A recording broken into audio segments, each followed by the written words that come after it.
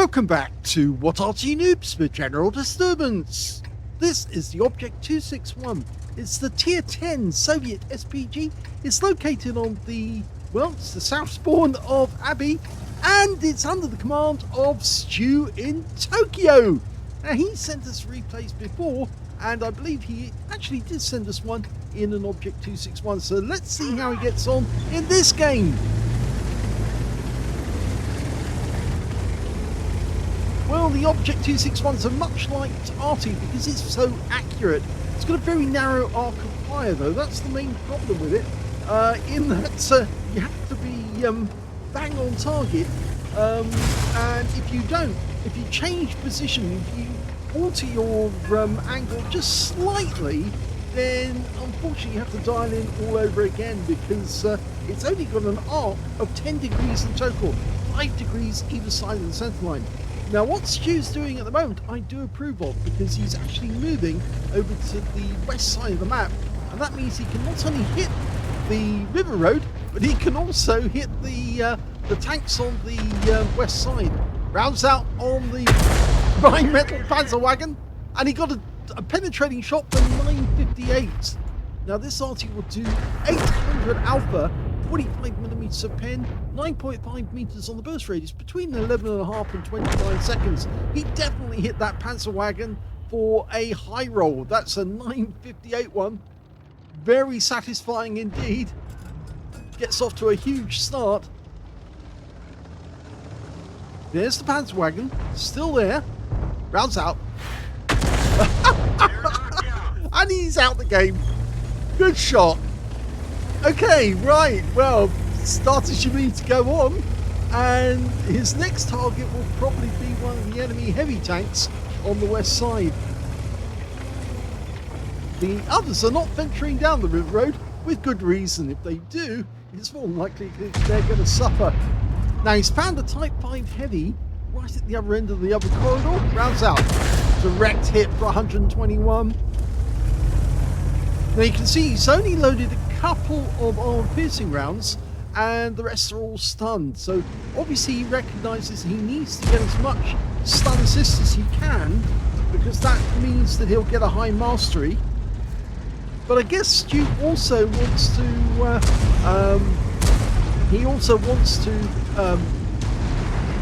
get at some of these enemy heavies with an armor-piercing round as well. Well, unfortunately, we did lose our CS63 there, because he got caught between a rock and a hard place, the Centurion Action 10 and a Jaeger at the same time. Yeah, you're not going to be able to move forward. And it looked like that Centurion AX was also being driven by a Unicum. You can tell that because he's got a little purple square underneath his name. Now, we saw an E5 at the end of that corridor, but we lost sight of him temporarily. In fact, we've lost sight of all the enemies but one. And there's the one that's still in sight. It's the E5 on this side of the map. Now, he's fired. Oh, and it went long. Only 20 hit points, but the problem is you can't really stun your own teammates, and that's why he actually aimed slightly longer than usual. There's the Centurion Action 10 again, and you see that little purple box on the left-hand side of his name, or underneath at the bottom? That means he's a Unicum. Okay, we're almost loaded, and he's trying to get away and get round to... Yes, he's going to go down the other side. And there's the Jaeger that was with him earlier. Rounds out. Lands on the front of him for 149. Our 705's coming up. So it looked like the Centurion Action 10 was possibly trying to get away from the advancing 705 and thought, yeah, I need to find a better way to go around. I saw a tree go down just behind that big rock there, so I suspect the Centurion is just around the corner from the Jaeger. Rounds out. Direct hit again, 167. Yes, because our Panzerkampfwagen 7 has gone around the corner, so he should see the Centurion Action 10 very shortly. That is, of course, if he's just gone around the corner from the Jaeger. He might actually now be headed towards the cap area to try and defend that. There's the Jaeger again. Just been spotted. Rounds out. Oh, he looked away. We tried to discourage people from looking away because it takes away information we need to know. Such as, did he actually get a direct hit? Well, it appears he did because he got stun out of that. But otherwise, he wouldn't have known that he actually got stunned until he actually saw somebody get some of him off the target. The standard reload for this Arty is 30.68 seconds, and Stu has got 26.42.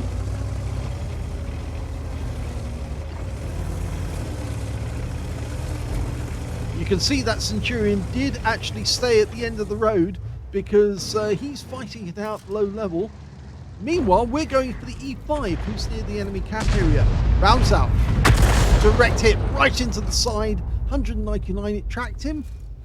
He's immobilized. And he's fixed his track, so he won't use his repair kit for a little while. He's on cooldown.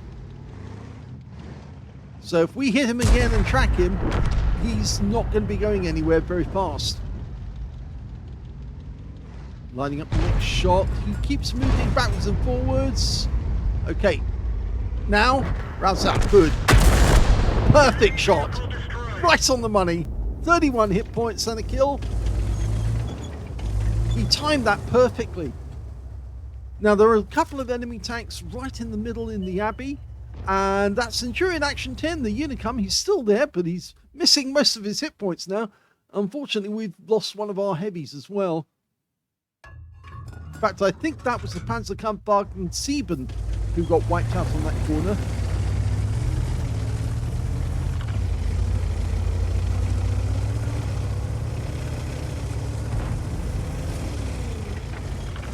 Okay, our Progetto is looking for the enemy tanks over in the Abbey grounds. He's on the river road side, but he can't see them. So it looks like we're going to try and get a bit closer. Where are we? There's a UDAS 1516 just around the corner. The enemy lost their Centurion. We lost the 705. And now that UDAS is in dire trouble because he's a one-shot for our Leopards. They will take him out. And if they don't, we will. And there he goes. He's just popped. Okay, that means that we've got two Leopards up this end of the map. And the enemy's got an Object 268, a Jaeger, and another Leopard. So we're going to be shooting through this gap, and that means we should be able to defeat any of the enemies who try to defend their cap area in force from the other side. It looks like they are defending that because there's been no sign of them further on down the river road, so they must be defending. There's an Object 268 as well. The enemy doesn't know that our Arty is up this end. The enemy team have got an Arty as well. It's a Team 92 HMC. Oh, now that's interesting. I think that shell just hit the 268 smack on the side. We're in reload.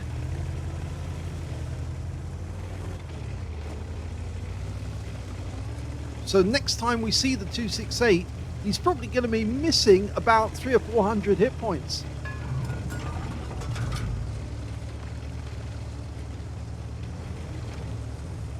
I get the feeling Stu is actually now interested in pulling back because our Leopards have decided to pull back and he didn't want to be caught up the other end when he's got no support.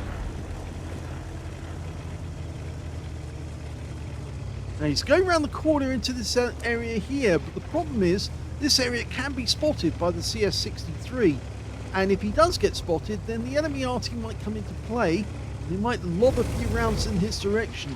So he doesn't really want to get spotted by the CS63. That's why he's not going any further than that rock, and he's using the rock for cover. In the meantime, we've got a Leopard near the Abbey grounds, and the other Leopard's coming round, and there is the reason why. Yes, he gets a direct hit on the CS63. Yep, he was right to stop at the rock, because the CS63 was there, and if he'd moved any further, he would have seen him. CS63 still sticking around. Stu's also got the communications expert and concentration skill operating at the moment, so that will definitely help him on the aiming. Concentration expert gives you less dispersion. The communications expert gives you extra crew skills.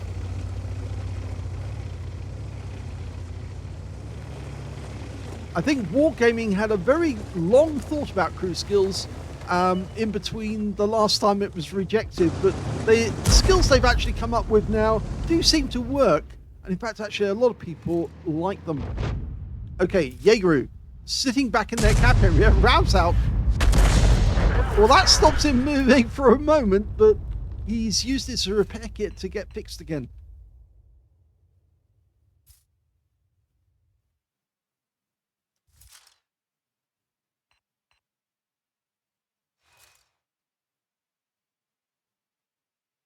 T100LT needs to have a quick look up the river road, see if that other Leopard 1 is on that side. Oh, somebody was in the bush, and I reckon that must be the Object 268. T1LT has T100LT has rather had its look, and doesn't appear to be anyone there. That does make me think we really ought to reposition. And I say that because I'm wondering if there's anyone over on the west side of the map, and it could be there is. Well, the 268's not there now. Yes, in fact, other people are now saying we ought to have somebody positioned in B3 to have a look through that gap. And the T100LT's rushing there to find out. If he does meet anyone, we need to reposition completely very, very quickly. Yes, he has found someone. It's the 268. And that 268's losing hit points rapidly. He had lost some since we hit him. Leopard's going around to try and trap him in that little area. T100LT has him already in there. And I get the feeling that Stu is thinking about going around doing a shotgun as well. And there goes the 268. Yes, they trapped him in there. The Leopard 1 claimed the kill. And that means now there's only 3 enemy remaining. Whoa! Almost, yes, almost flipped the corner there.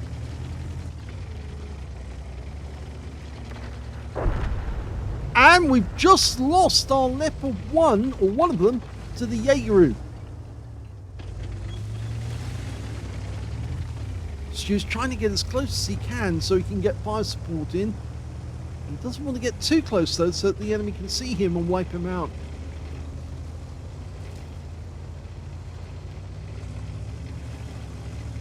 Okay.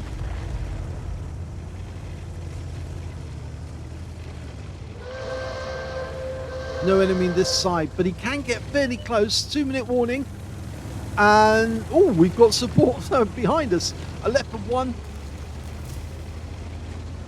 Okay, so we can hit the Leopard 1, or rather the Jaegeru, by shooting over the rock. We've also got that wreck of the Panzerkampfwagen 7. He's on this corner. The Jaegeru. We'll spot the guy. There he is. Okay, line him up. And that should be it. Directly into his rear for 163. We can now see the enemy Leopard right down the other end. Jaegeru's gone. Just taken out by the Progetto 65. There's their Leopard 1. Only 2 enemies remaining. The other one's the T92. And I suspect he's out in A9, or might be headed south at the moment. Okay, the Leopard's there. And he's trying to get close. And there's the T92. I'll line it up. That's it. Ready, ready. Oh, he fired. Unfortunately, wasn't fully dialed in when he fired that one. He's got 3 rounds left, including an armor piercing. Now's the time to break out the armor piercing. And he can take out the enemy T-92 with one shot. There he is. Now, just one round, please. Right through the side of that guy. And that's the end of him. Oh, before we could shoot, but it would have been a kill shot.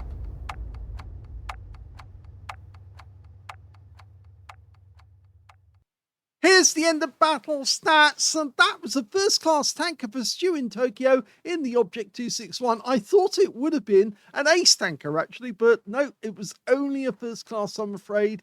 He did manage to get a bruiser medal for getting at least 5 critical hits. In fact, he managed to get 14 in this one. He got a Gauss medal for doing more damage, exceeding 8 times the hit points for his own vehicle, and he also got a Confederate for hitting more of the enemy than anyone else on his team. His win rate in that game, 4,500, which is super unicum and a bit more. Let's have a look at team score. Well, he didn't get the highest damage, but he did come close to it. The highest damage in the game actually belonged to the CS63, the guy who was actually sitting at the south end of the Abbey, shooting at our guys whenever he could see them. That guy got 5,726 hit points of damage. Second highest was the Blyskavitska, who managed to get 4,985.